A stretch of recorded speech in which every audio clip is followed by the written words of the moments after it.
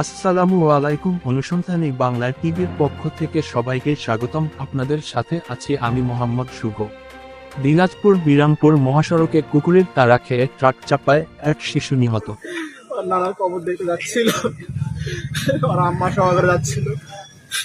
আমার শ্বশুর রবিবারে মারা গেছে, ওর নানার কবর দেখার জন্য যাচ্ছিল, বাড়ি যায়নি আর এখানেই আসছে। আমি সকালবেলা বাসায় গিয়ে রাত্রে বাসায় গেছিলাম, সকালবেলা আমার কাজের জন্য যাওয়ার জন্য বের হয়েছি। তখনই খবর গেল আমার সন্তান নাই। আর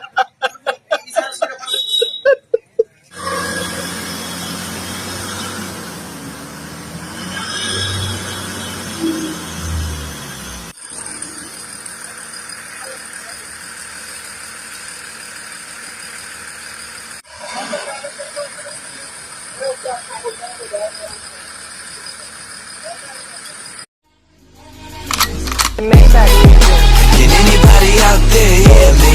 Hear me?